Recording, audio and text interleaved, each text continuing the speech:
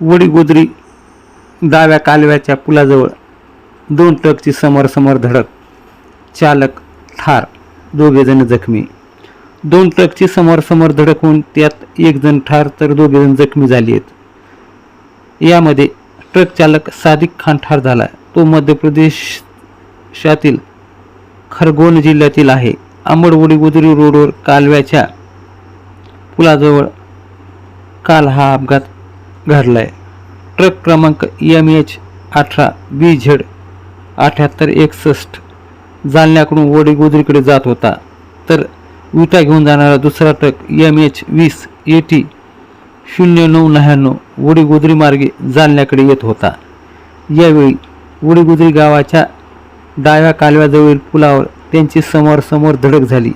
यात चालक सादिक खान कॅबिनमध्ये दाबला गेल्याने त्याचा जागीच मृत्यू झालाय. शेख अफजल शेख महमूद वय 45 राहणार बीड आणि राजीव मोहन भिलाला राहणार मध्य प्रदेश हे दोघे जखमी झाले आहेत. महामार्ग पोलीस मदत केंद्राचे पोलीस उपनिरीक्षक RK निकम, पोलीस अंमलदार राठोड सुंदरडे आदींनी जखमींना उपचारासाठी वडीगोद्री येथील ग्रामीण रुग्णालयात पाठवले. अपघातग्रस्त दोन्ही वाहने क्रेनच्या साहाय्याने बाजूला घेण्यात आली व वाहतूक सुरळीत करण्यात आली. घटनेमुळे परिसरात हळहळ व्यक्त करण्यात येत आहे.